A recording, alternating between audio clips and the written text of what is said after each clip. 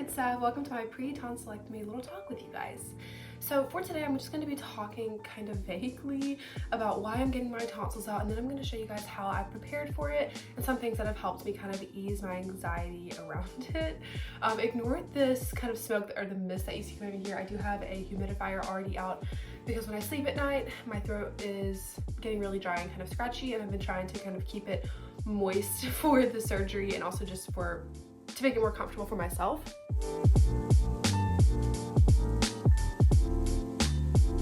So first off, I want to answer the question of why I'm getting my tonsils out, because I am 21, which is older than doctors like to remove tonsils, or not really that they like to, but it is a lot more painful as you get older, and so if you're going to get your tonsils out, it's better to get them out when you're younger. But basically, I went to the ENT this 2 weeks ago. I scheduled my surgery 2 weeks out.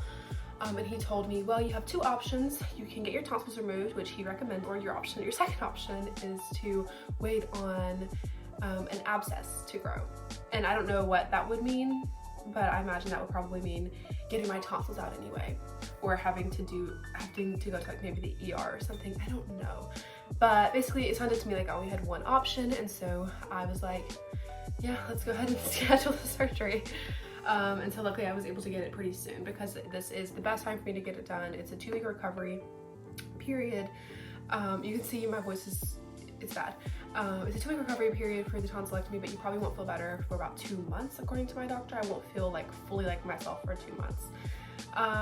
Before going to the ENT though, the reason I ended up going straight to the ENT was because I have had tonsil and throat and just like ENT problems since December like 23rd, and it's caused several panic attacks for me because it's felt like my throat is closing up, and I later found out that was probably just because my tonsils have been very swollen along with my lymph nodes, and that just makes it feel like my airway is constricted, which I didn't know why I was feeling that way because I didn't really have any other symptoms. And so I was just like, I'm going crazy, like I'm just dying slowly. Clearly I have anxiety, and I do.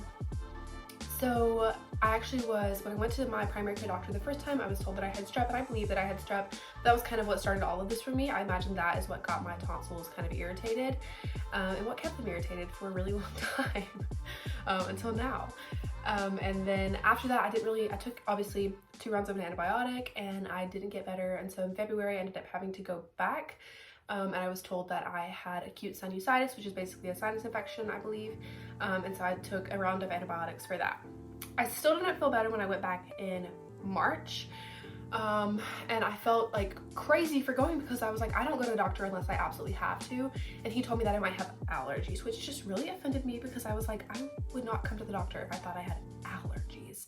But anyways, he gave me an allergy medication. That didn't really help, so I stopped taking it. I don't like taking medication unless I have to, and that allergy medication to me didn't help any of the symptoms, and I didn't want to have a medication in me for no reason, basically.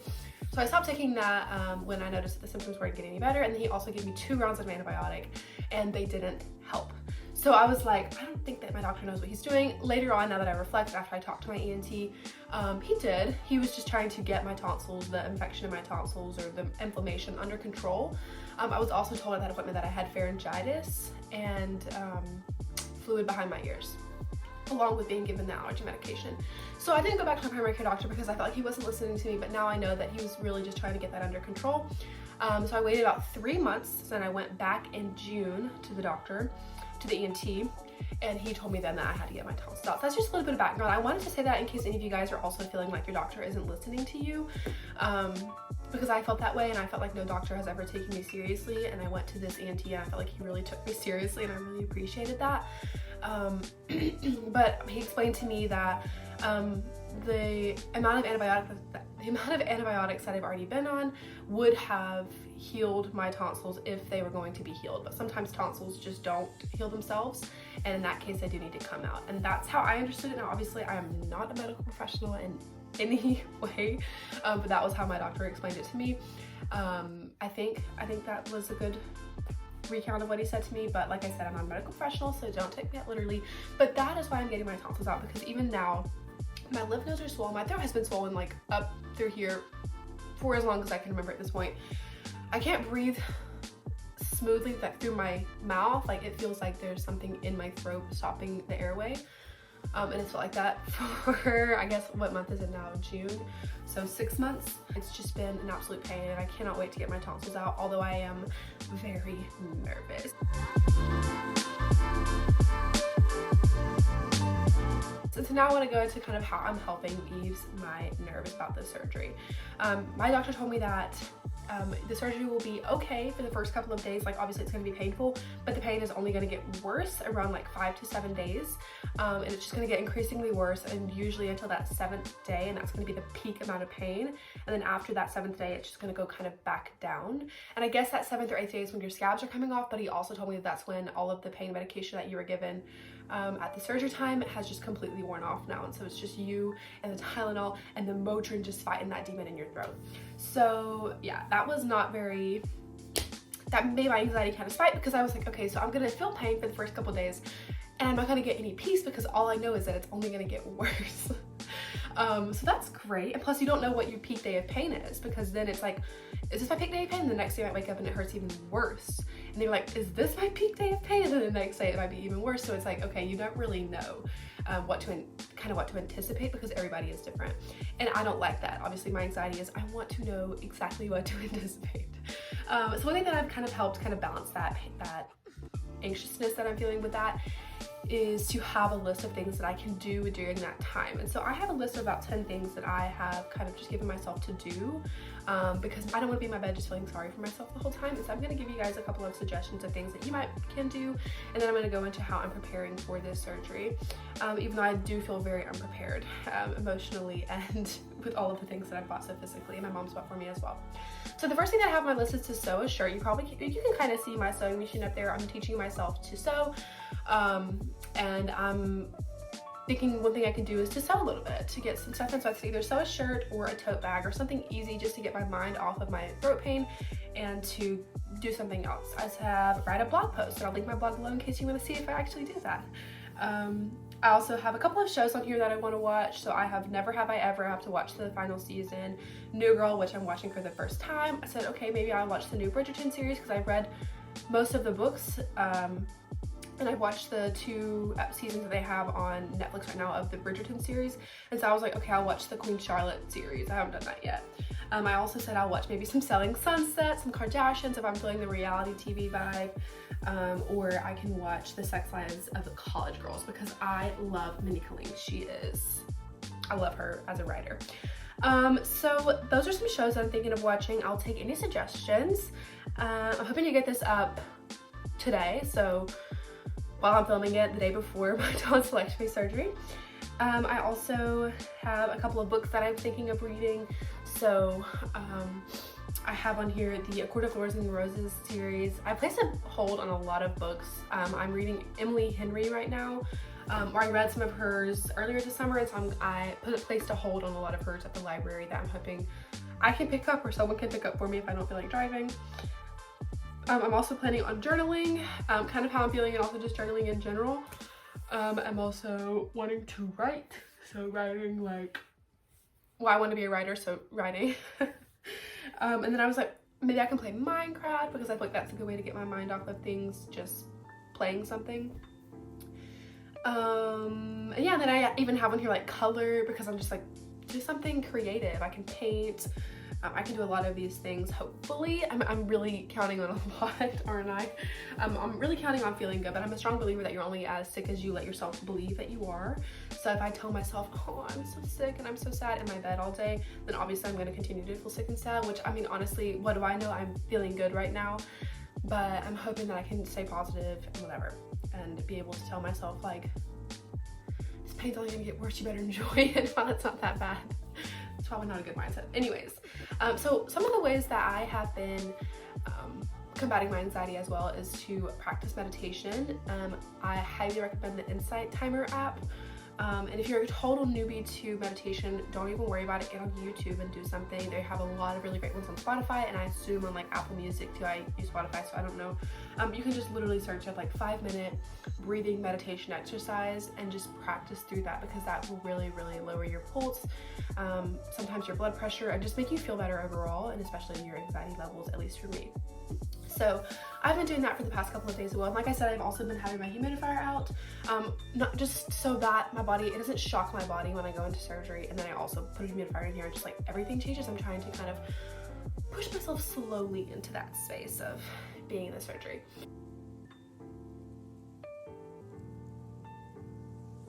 So now I'm gonna go ahead and go into some of the things that I've bought for the surgery, and also talk a little bit about what my doctor told me I could eat and drink and that kind of thing. So right now, I bought some Gatorades. I bought a couple of different flavors. I feel like Gatorade might be a little bit too much on a raw throat. Like I'm thinking it might be a little bit too like acidic, but my doctor recommended Gatorades and Powerades, so I'm gonna have these ready. I have a couple, I think I have like 3. My mom also picked up a Pedialyte for me. I love Pedialyte, just drinking Pedialyte every day. Grape is my favorite flavor. I think this is probably going to be easier on my throat than this. This just seems more acidic. I can't have anything acidic. I don't know how this isn't acidic, but he did recommend it, so I guess it isn't. But I feel like this isn't acidic, and it's really, really good cold. And so I'm going to actually put this in the fridge today, along with some aloe vera. Is it water or juice? It just says aloe vera. Drink, aloe vera drink. My boyfriend loves these. I don't really like them, but aloe vera, these might have honey in them. I watched a couple of videos, my mom watched a couple of videos as well, and we both saw these on a couple of videos. So I'm gonna put these in the fridge and hope that these might also kind of ease the pain in my throat. We'll see. I don't really like aloe vera drinks, but I imagine that I'll just be drinking a lot anyway. So we also picked up some Pedialyte freezer pops. We buy these pretty often when someone is sick, and this just keeps you hydrated with the Pedialyte kind of solution in it, but it's also frozen, which is highly suggested.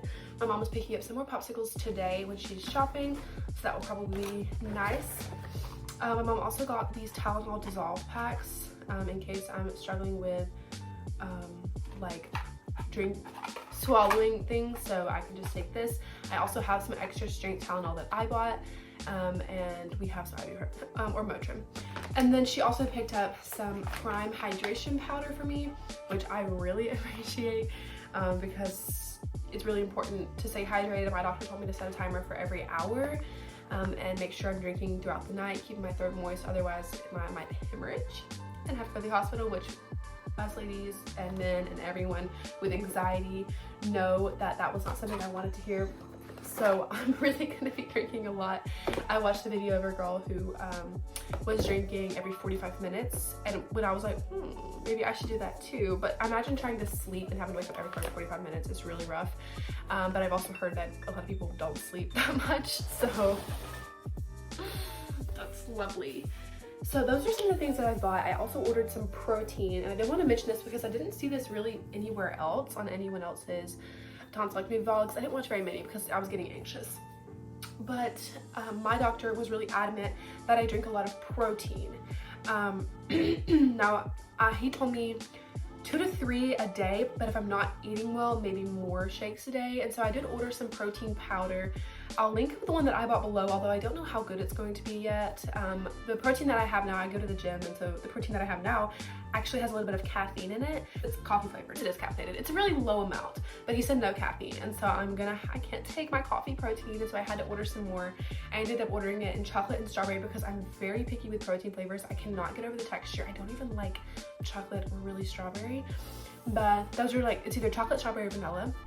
I don't really like any of those, especially as drinks. Disgusting, but I need protein, and that's one of the only flavors that they have. So I just went ahead and bought 2 pound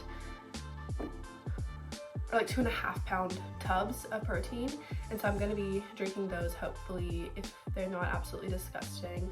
And also, I didn't show this, my mom also picked me up some applesauce, and I'm going to ask her to make me some potato soup with some broth because she always makes me that when I'm sick, and that's just like my favorite thing. My doctor's only stipulation on what I could eat was actually really nothing. He told me that I could eat whatever I could swallow, which is exactly what I want to hear because I don't like I could never survive on a clear liquid diet. I might be saying otherwise in the next video that you see of me wanting to cry, but I just feel like I could never. So I'm really glad that he said that. So I'm gonna try to eat as much as I can of real food. He said it's really important that you eat real food. So I'm gonna try that. So see what happens. Eat whatever I can swallow is what I was told. I know some people are on much more strict diets, so listen to your doctor. One other thing that I'm gonna make sure I have by me at all times is something that holds cold water and keeps it cold, because you want cold things, right? And so this is just like one from Walmart with like a little Amazon handle on it, and I haven't used this in years, but because I use just like a water bottle. I don't care if it's cold. Like, this has ice, but I imagine I will care if it's cold in a couple of days, tomorrow. So yeah, I have this, so I can have some ice water in there and keep that refilled. Yeah, that's what I bought so far. I will also be picking up some, my mom's, I think she's picking up some today, I hope she is at least, picking up some chewing gum, because apparently it's really recommended that you chew on some gum to keep your muscles from spasming. I don't know what that means. My doctor didn't, well no, on the paper he gave me it does say chew gum, but my doctor didn't specifically say to chew gum, but a lot of people on YouTube were also suggesting that you chew gum. I imagine that also helps keep your mouth and your throat moist, because when you chew gum, obviously I feel like you produce more spit, and then you have to swallow that, which honestly I don't know if that's going to be good or bad, because apparently it's painful to swallow, which is funny because it's painful for me to swallow now too, so it's like, I keep trying to compare the pain that I'm feeling now to the pain I'm going to be feeling, and I feel like I shouldn't do that, because I imagine the pain is going to be so much worse. Clearly also it's going to be very hard for me not to talk, because I love talking.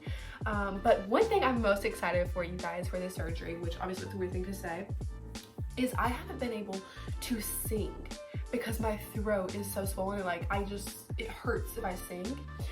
So I am so excited. Clearly I'm not going to be singing tomorrow after the surgery, but I am going to be able to sing again. Like, that is super exciting. I can't even sing good, you guys, but when you're in the car and your song comes on, you want to be able to sing, because like now I've just literally been lip syncing, and that is so lame. And it just started raining, that confused me.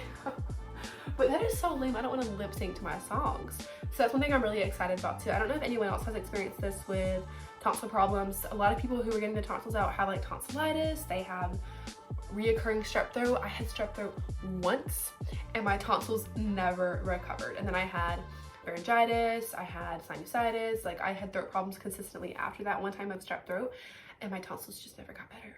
So they've been swollen, my lymph nodes have been swollen, it's been painful to swallow, painful to talk, I get random shooting pains. I'm excited to get this over with, you guys. Everyone has told me it has to get worse before it gets better, and I know that, but I am not mentally prepared for that.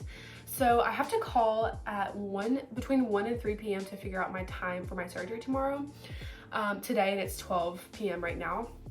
So I'll call. I'm really nervous also that I'm gonna accidentally drink water tonight. I was told by my doctor not to drink anything after 12 a.m. But then the surgery center called me and said, well, you can drink up to 2 hours before the surgery. I'm sorry, surgery center, but I'm gonna listen to my doctor. So I am gonna not be able to drink after 12, but I'm so used to waking up in the middle of the night and grabbing my water and drinking it, because my throat gets so dry and sore and whatever. So I don't know, I'm nervous. And also, I don't know, I sleep with a fan on. Last night I tried to sleep with it off, and it did not go well. I had to turn the fan on halfway through the night, and that worries me because I know that turning the fan on will dry my throat out, and I don't want it to dry out. So I'm just gonna have to sweat and suffer, I guess. I don't know. I like have to sleep with the fan on. I shouldn't have done this to myself. I should have been training myself sooner, but I've been trying the past couple days to leave it off, and I have to turn it back on every single time. So I guess I'll just be sweating to death as I try to sleep. And laid my humidifier on. I don't know. So leave suggestions if it's something that you have experienced as well, maybe like how you had the fan on. I do have a floor fan, but I feel like that also dries my throat out. The times that I have pointed that towards me, not on my face, but just towards me, and it doesn't really help that much. So that hopefully eases some of your guys' anxieties or gives you some ideas. If you were having to get tonsillectomy surgery soon, or maybe you're in it right now, make a to-do list of things that you can just do. Obviously you don't have to check it off or anything, but just options that you can do while you're in pain. That way you're not just constantly sitting there thinking about the pain, because in my experience that always makes it much worse. Although I haven't gotten my tonsils out yet, so what do I know? And I understand that is probably what you're thinking. I will probably look back at this video whenever I reflect on my tonsillectomy surgery. But yeah, thank you guys for watching. Please keep me in your thoughts and prayers tomorrow. At whatever time I go in, I don't know yet, I'll call. And if you've already got your tonsils out, lucky you. And if you're waiting like me, you're in my thoughts, because it's terrifying. I'm scared. But here's to us feeling better finally. So I will see you guys in the next video. Thank you guys so much for watching. And like I said, please keep me in your thoughts and prayers. I'm nervous. Bye guys.